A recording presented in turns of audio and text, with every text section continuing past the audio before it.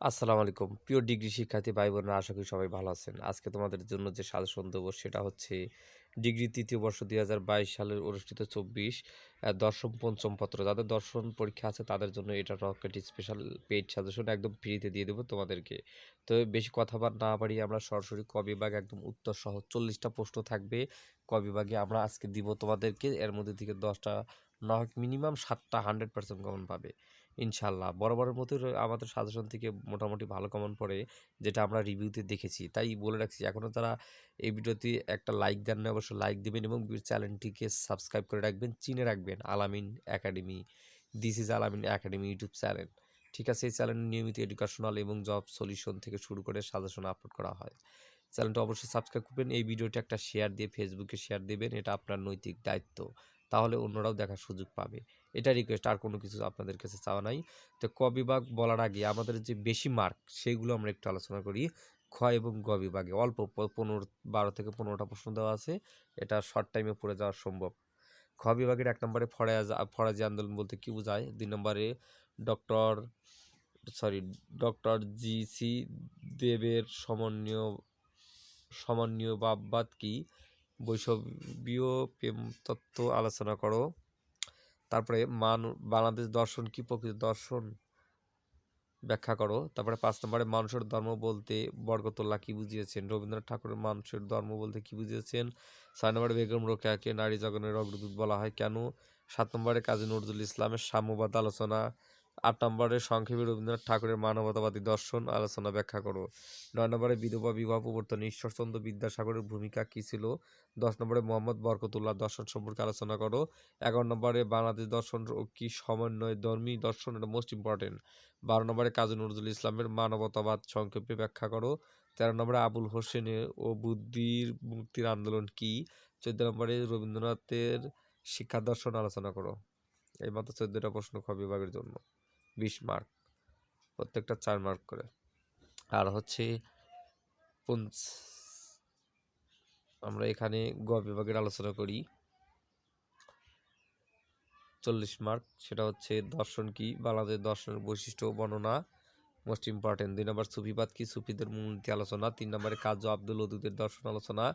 4 নম্বরে জি.সি. দেবের সমন্বয়বাদ ব্যাখ্যা করো। 5 নম্বরে বাংলাদেশ দর্শনের বুদ্ধ মুক্তির আন্দোলনের ভূমিকা। 6 নম্বরে বিধবা বিবাহ প্রবর্তন ঈশ্বরচন্দ্র বিদ্যাসাগরের ভূমিকা। 7 নম্বরে ডাক্তার রাজা রামমোহন রায়ের সমাজ সংস্কারের আলোচনা। 8 নম্বরে বৈষম্যীয় দর্শন কি, বৈষম্য প্রেম তত্ত্ব আলোচনা করো। নম্বরে বিজ্ঞান ধর্ম মানব কল্যাণ প্রসঙ্গে আরজ আলী মাতব্বরের ভুল ধারণা। তারপর হচ্ছে 10 নম্বরে মানবতাবাদী কবি হিসেবে কবি কাজী নজরুল ইসলামের মত ব্যাখ্যা মূল্যায়ন। 11 নম্বরে কাজী নজরুল ইসলামের দার্শনিক দৃষ্টিভঙ্গি ব্যাখ্যা মূল্যায়ন। 12 নম্বরে নারী শিক্ষার উন্নয়নে বেগম রোকেয়ার দৃষ্টিভঙ্গি। 13 নম্বরে বাউল দর্শনের মূল তত্ত্ব আলোচনা। 14 নম্বরে বাংলায় সুফি দর্শনের উৎস ক্রমবিকাশ আলোচনা। এই মাত্র 14টা প্রশ্ন পড়ে যাবে। যাদের বইতে খুঁজে পেতে সমস্যা হয় সূচিপত্র দেখবে অথবা গুগলে সার্চ করলে উত্তর পেয়ে যাবে। আমরা তো চলো ক বিভাগগুলো খুব সুন্দরভাবে আমরা জেনে নেই উত্তর সহ। মুসলিম সাহিত্য সমাজের মুখপাত্র কোন পত্রিকা, শিখা পত্রিকা, মোস্ট ইম্পর্টেন্ট, এবার মনে করো এসেছে। 2 নম্বর হচ্ছে 19 শতকের নবজাগরণে প্রতিষ্ঠিত রাজা রামমোহন রায়, এটা মোস্ট ইম্পর্টেন্ট। 3 নম্বরে সুফি শব্দের উৎপত্তি কোন শব্দ থেকে, আহলুস সাফা থেকে সুফি শব্দের উৎপত্তি হয়েছে, সুফি শব্দের হতো পশমি কাপড়। 4 নম্বরে আত্মীয় সভা কত সালে প্রতিষ্ঠিত হয়, 1815 সালে।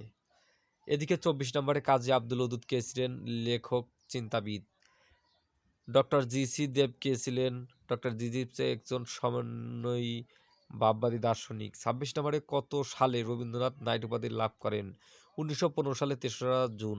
27 নম্বরে বাংলার নবজাগরণের উন্মেষণ কোন শতকে, 19 শতকে। 28 নম্বরে ঈশ্বরচন্দ্র বিদ্যাসাগর প্রধান দুটি সংস্কার, জাতীয়তাবাদ, বিধবা বিবাহ, মোস্ট ইম্পর্টেন্ট এইটা। 29 নম্বরে বুদ্ধিমুক্তির আন্দোলন কি, বুদ্ধিমুক্তির আন্দোলন বলতে বেহিক প্রভাবমুক্ত হয়ে মুক্ত বুদ্ধির চর্চাকে বলা হয় বুদ্ধিমুক্তির আন্দোলন। এদিকে 5 নম্বরে সুলতানা শমস বইটির লেখক বেগম রোকেয়া সাখাওয়াত হোসেন। তারপরে 6 নম্বরে কোন কাব্যগ্রন্থের জন্য রবীন্দ্রনাথ নোবেল পুরস্কার পান, গীতাঞ্জলি। এদিকে সমন্বয়ী ভাববাদের প্রবক্তাকে, গোবিন্দচন্দ্র দেব। 31 নম্বরে হচ্ছে তত্ত্ববোধিনী পত্রিকার প্রকাশিত হয় কত সালে, 1843 সালে। সুফিবাদের মতে জ্ঞানের উৎস কি, জ্ঞানের উৎস হলো ক্ষমতা অনুসারে মরমী অভিজ্ঞতা বা স্বজ্ঞ জ্ঞানের উৎস পদ্ধতি। এদিকে ধূমকেতু পত্রিকার প্রথম প্রকাশিত হয় কত সালে? 1922 সালে। স্বামী বিবেকানন্দের প্রকৃত নাম কি ছিল? নরেন্দ্রনাথ। তারপর হচ্ছে বেঙ্গল রেনেসা বলতে কি বোঝায়? ঊনবিংশ শতাব্দীতে বাঙালি সমাজ, সাংস্কৃতিক, সাহিত্য, দর্শন, ধর্মসহ জ্ঞানের সকল প্রাঙ্গণে যে বিপ্লব সংঘটিত তাকে বেঙ্গল রেনেসা মুক্ত চর্চা বুদ্ধি বলে। তারপর হচ্ছে এদিকে সুফিবাদ, এটা পড়ছি। তারপর হচ্ছে গোবিন্দচন্দ্র দেবের সমন্বয়বাদী ভাববাদ কোন কোন মতবাদের সমন্বয়? গোবিন্দচন্দ্র দেবের সমন্বয় ভাববাদ হলো ভাববাদ জড়বাদের সমন্বয়। 34 নম্বরে বাংলাদেশ দর্শন কি? বাঙালির ধ্যান ধারণা, চিন্তা, মনন, ভাবধারার মতামত, সাংস্কৃতিক, ধর্ম, রাজনৈতিক প্রবৃত্তি সমীক্ষাকে বাংলাদেশ দর্শন বলা হয়। কাজী নজরুল ইসলামের দুটি উপন্যাস হলো বাদামধারা, মৃত্যুকথা। 11 নম্বরে পারস্য প্রতিভার লেখককে ডক্টর মোহাম্মদ বরকতুল্লাহ। তারপরে হচ্ছে মোহাম্মদ বরকতুল্লাহ লিখলেই হবে। 12 নম্বরে বাউল দর্শনের চারচন্দ্র বেদ সাধনা কি?